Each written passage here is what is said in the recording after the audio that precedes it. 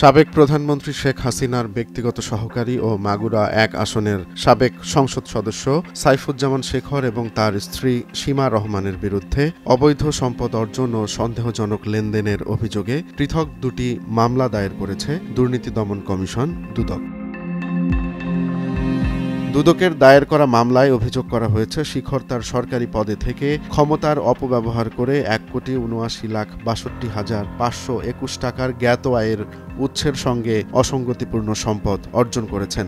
এছাড়া তার ব্যক্তিগত ও ব্যবসায়িক ৭টি ব্যাংক অ্যাকাউন্টের মাধ্যমে মোট ১০,৯৮,৮২,৩১৫ টাকার সন্দেহজনক ও অস্বাভাবিক লেনদেনের তথ্য পাওয়া গেছে।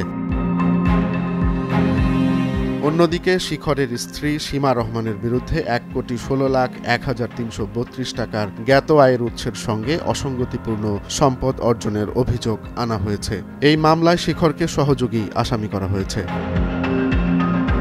দুদকের অনুসন্ধানে আরও জানা গেছে, শিখর তার সরকারি পদে থাকার সময় বিভিন্ন অবৈধ কার্যকলাপে জড়িত ছিলেন, যার মধ্যে টেন্ডারবাজি, জমি দখল, ব্যাংক জালিয়াতি এবং সোনা চোরাচালানের মতো অপরাধ রয়েছে। এছাড়া তার বিরুদ্ধে ক্যাসিনো কেলেঙ্কারিতে জড়িত থাকার অভিযোগও উঠেছে।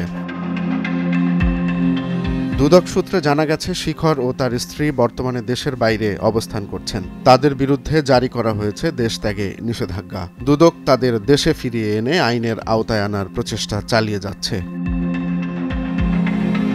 এদিকে মাগুরার স্থানীয় রাজনীতিতে শেখরের প্রভাব ও তার গঠিত শেখর বাহিনীর কর্মকাণ্ড নিয়ে ব্যাপক আলোচনা চলছে। স্থানীয় আওয়ামী লীগ নেতাদের অভিযোগ, শিখর তার অনুসারীদের নিয়ে সিন্ডিকেট তৈরি করে দলের তৃণমূল কর্মীদের বঞ্চিত করেছেন এবং নিজের স্বার্থসিদ্ধি করেছেন। দুদকের এই পদক্ষেপকে স্বাগত জানিয়েছেন সুশীল সমাজের প্রতিনিধিরা। তারা আশা প্রকাশ করেছেন, এই ধরনের কার্যক্রমের মাধ্যমে দেশের রাজনৈতিক অঙ্গনে স্বচ্ছতা ও জবাবদিহিতা নিশ্চিত হবে। সাইফুজ্জামান শেখর ও তার স্ত্রীর বিরুদ্ধে দায়ের করা এই মামলাগুলো দেশের রাজনৈতিক মহলে তোলপাড় সৃষ্টি করেছে।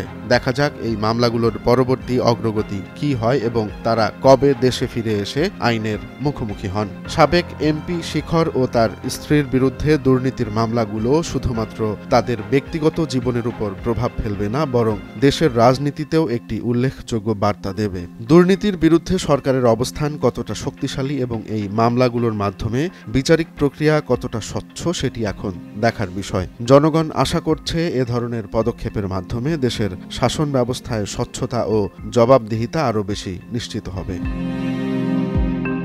রোমান্স তালুকদার, নয়া দিগন্ত।